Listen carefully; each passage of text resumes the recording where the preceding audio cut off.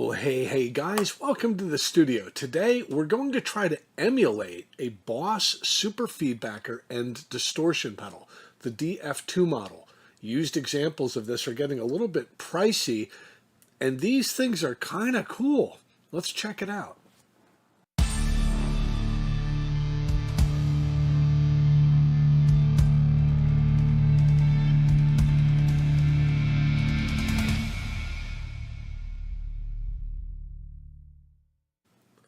Now, this type of distortion pedal in its basic form is very similar to the Boss DS1 distortion. If you've heard Steve Vai or Joe Satriani, there's a good chance that you've heard them using something very similar to this, but they've added on the Super Feedbacker, and it's basically a little analog synthesizer that tracks the last note that you played, and when you hold the pedal down with your foot longer, it sustains out the last note that you played. Sounds kind of weird, because it is. Let's get to the demo. To start off, I am playing a PRS SE Custom 24. I am going through a Pod HD500X for a little bit of overdrive and some reverb. That's the natural sound. And I have this pedal set up not really to add distortion. We want to listen more to the feedbacker. And a slate background, and a fun recording we did in Ableton in A minor, just for a backdrop.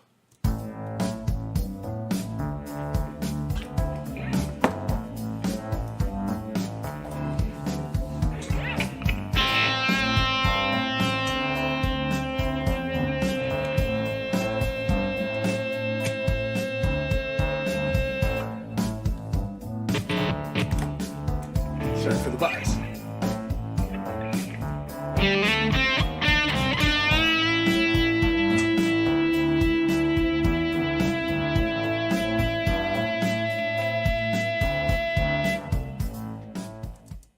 Now, if you've seen this pedal before, you've probably heard something similar to that, or if you've watched a demo on YouTube. Fascinating little process going on. It does provide some gain boost, which is kind of cool, but when you hold the pedal down, it senses the last note that it heard, and it takes that note and synthesizes it, and then eventually takes it off into an octave overtone, which is adjustable. I do have it set so it will run up that octave overtone. One of the weird things is you can continue playing while that's going on, and that synthesizer is happening prior to the distortion in the pedal. You'll hear it prior to the distortion in my pod unit, but it doesn't make any difference. The two notes will distort together regardless of where you're getting your distortion from, leading us to some kind of cool effects. One of the cooler of which is a unison bend, where instead of just playing a single note or bending to that note or doing both at the same time, I get this sort of wild aliasing on the way to it.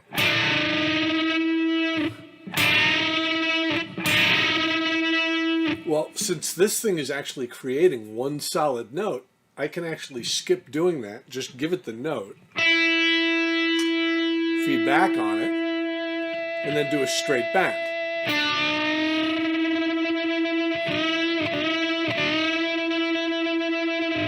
Let's try another similar effect where I put it on more of a bassy note.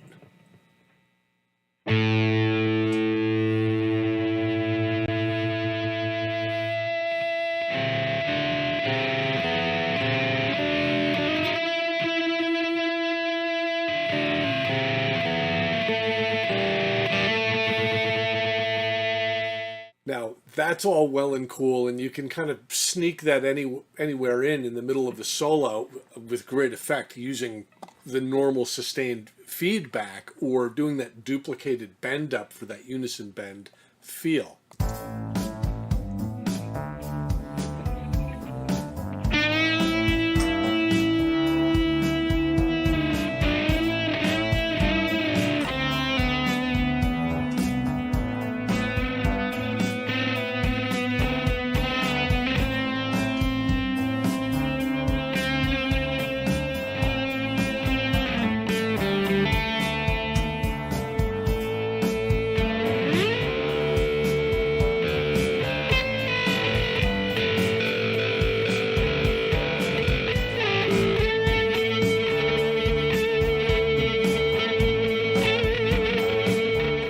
Another thing that it does, and this is kind of quirky, we've seen it work with single notes. I play a single note, it detects what it is, it sustains that out, brings it up an octave, or not, my decision.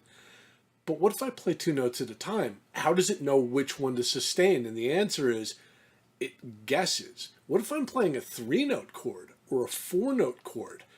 It's got to totally guess.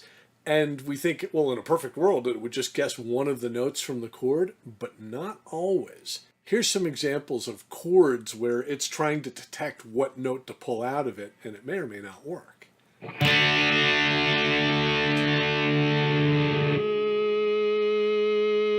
Not a note present in that chord.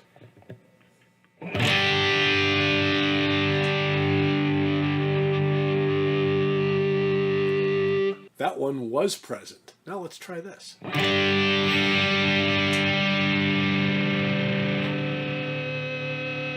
Pretty sure I'm hearing a 9 on there, some kind of crazy interval like that. Let's try a more complex chord, E7 sharp 9.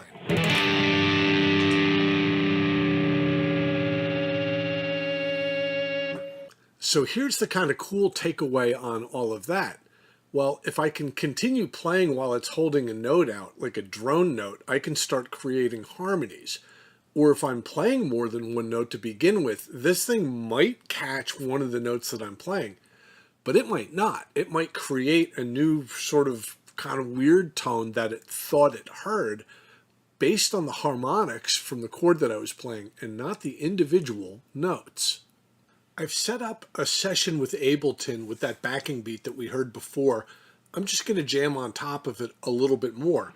However, I am only recording the signal coming out of the Boss pedal. While I do it live, I am merely monitoring it through the pod for the extra overdrive and reverb. When we go back into the recording, you'll hear it as the pedal put it out. And we're going to see if we can emulate it.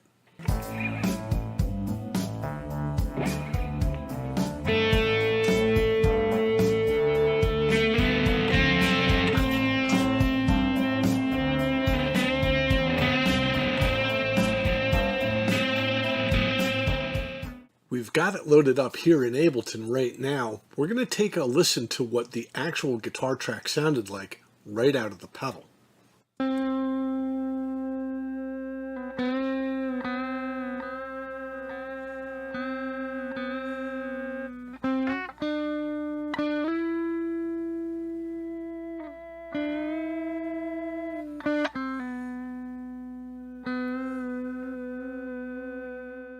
I've brought up an instance of Guitar Rig 6 with some heavier overdrive, similar to how we were monitoring when we recorded it. Let's see what we got.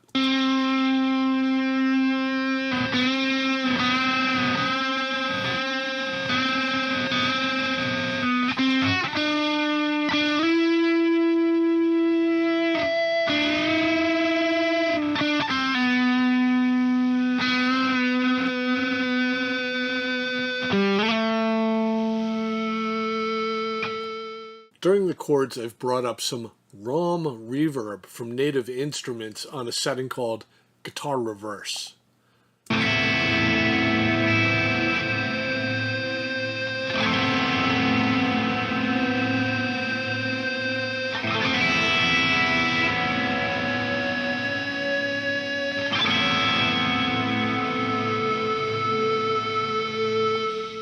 And let's put those backing tracks back in and see how it sits.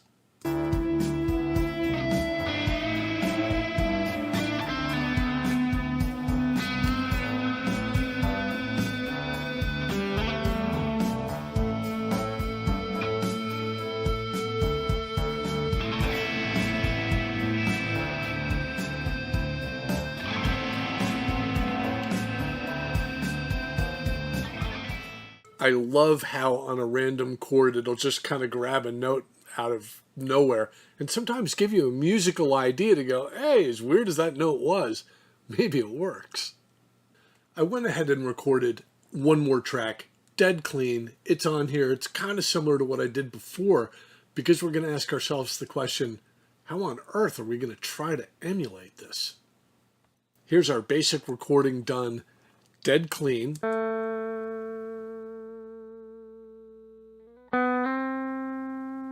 Up above it in pink, you can see the track we had done before, which is muted, but it's, that's the other track. But our new track is dead clean. All right, let's get to work. First thing I'm going to do is I'm going to highlight this new track I recorded. I'm going to add below it a MIDI track. And on that MIDI track, I will import an instrument. And I'm looking for something kind of basic sounding with a little bit of a slower attack, something with some fade in. Let's see what we can find. I found a sound here called Analog Emulation Keys. And it does give me a dial for attack on here. Let's see what it does. There's that slow fade in we were looking for, from kind of quick to really super slow.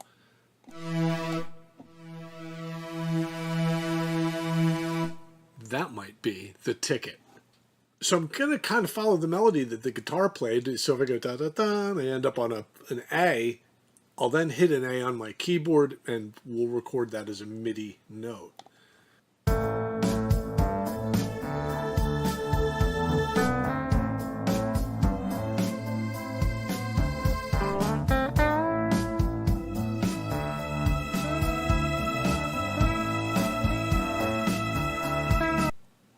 Here's where the magic comes in. I'm going to take this new guitar track. I will group tracks. I will also take this MIDI analog emulation and drag it up into the group. Then I'll go to the group, and I'm going to drag an effect onto it. After listening to both these channels in the group going through a heavy distortion, I did change the synth sound over to basic sine wave, which I think is probably pretty close to the type of synthesizer in the Boss pedal. And here's where we're at right now.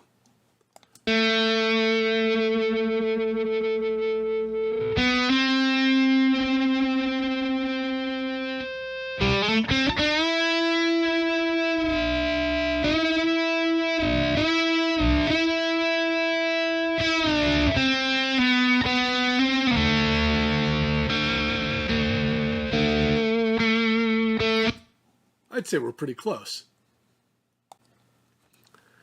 Now, I think we found out a few interesting things. The pedal itself is quirky. It's easy to use. You step on it and it works, so it can be used live and sort of inspirationally. However, I think we did a pretty good job emulating it, as long as we took into consideration a couple things. The guitar track needs to be combined with the MIDI sine wave with a slower track, grouped together, and then hit your guitar amp simulation or your distortion, and then add reverb to that. I think we got pretty close. If we use the emulation, it's way more flexible, because we can then on our keyboard choose what note to feed back on as being the same note or a different note for all kinds of different effects. But I think the pedal, to me, is probably more inspirational, because you never know what the thing's going to do, and it could yield some pretty cool results. And finally, why don't we just listen to that track, the new emulated one, as it sits in the mix?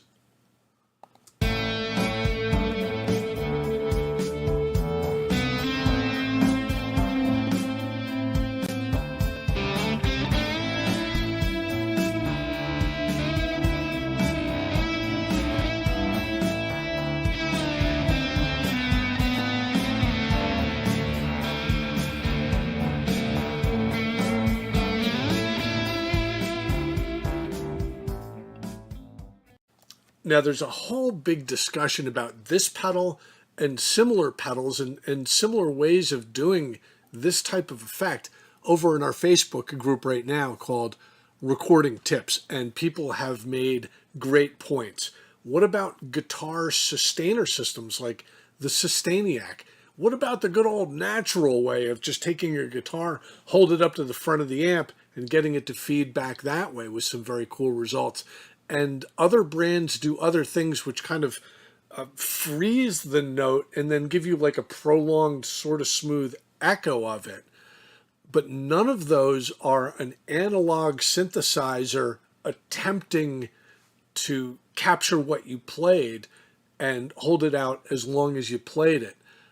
And even in the pedal itself, that all happens prior to its distortion circuit.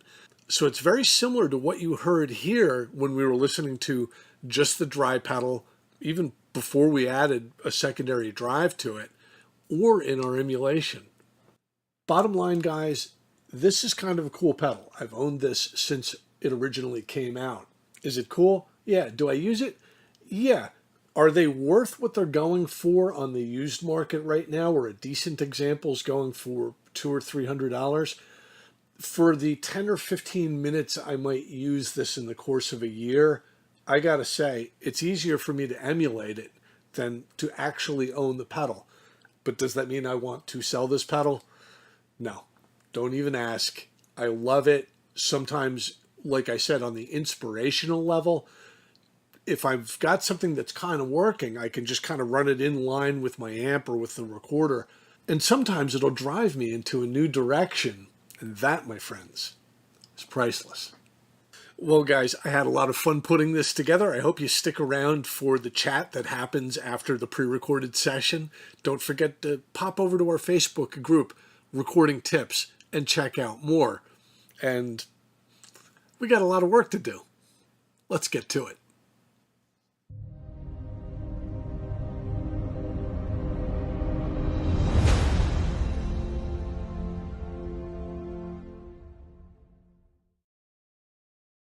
Hey guys, what's going on? Thank you guys for coming out. It's great to see you here. Once in a while, I'll put together a video that's like really niche, like a pedal that nobody owned and not something that anybody's chasing after. But there were two things that kind of occurred to me knowing that I was going to make this video. The one thing that occurred to me was almost every demo that I've seen for this pedal is people, they hit the note, they hit the button down, the note sustains out, and they go, huh. And they don't really do anything like force the sustain and then keep playing over the top of it, where you can do like harmony or that type of thing, but like bending, hit the note, get it sustaining, and then continually keep bending up into it like a unison bend. And that type of variation, tight harmonies, things that are moving, and it starts aliasing and going like, on its way to the note. And that's where I hear this effect as being so cool. Otherwise, if we just needed long sustaining notes, I mean, we have no shortage of ways that we can get that to happen, especially in a DAW. It's the transitional stuff. It's the before the notes line up, and just absolutely impossible to try to get that for me unless I understood how this particular pedal did it. And so when I built the emulation on it, that's what I was chasing. I was chasing how did Boss do it, and how can I emulate that, and could I get it to get those weird transient climb ups and like shape-shifting noises before a note comes in. And I think we actually got it pretty close. The one thing I miss from doing it in a DAW is, like I was saying now, this thing, they're unpredictable, they're quirky, and they can be used live. Like you can just kind of tune everything else out and just play for 10 minutes and see what you come up with, and kind of put this in spots where you think it might work. And you learn to control it. If you're playing a good solid note, you can tell it, and it is very accurate with that. But sometimes when you start going outside, like catching it mid-bend, or like during a pick scrape, or with a wild harmonic on it, seeing if you could force it to do things that it's not designed to do. And it is built to always do something. It will never give you silence. it will always try to do something. And sometimes that thing that it comes up with just wouldn't occur to you musically in a million years. So, I mean, that's just the thing that occurred to me. I've never really seen a demo where anybody gets close to using this thing for the musical capabilities of her, the musical capabilities of the pedal. But I don't know if they really have seen like the artistic impact of almost abusing the pedal, like trying to trick it and seeing it how it reacts, because it's got some really cool reaction. The Oren says perfect for a space cadet. Jared also brings up, what if you had like an infinite hold setting on your delay? And they have that. And what that will do is whatever note that you're playing, it will, take that and hold it, and you'll kind of often hear it looping. But it's the actual recording of that note. It's not a synthesized version of it. So that's number one. And generally we run delays and that type of thing after distortions. So it would be an echo of what was already distorted. Whereas in this case, this is all happening prior to the drive circuit.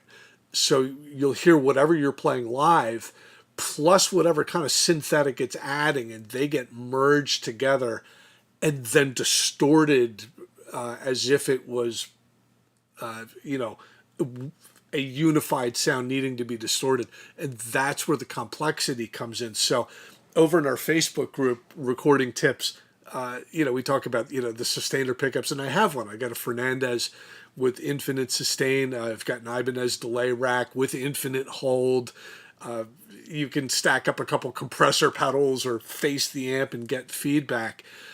They're all viable ways to get long sustaining feedback, kind of cool notes, but this is the only product I'm aware of in the world that does this.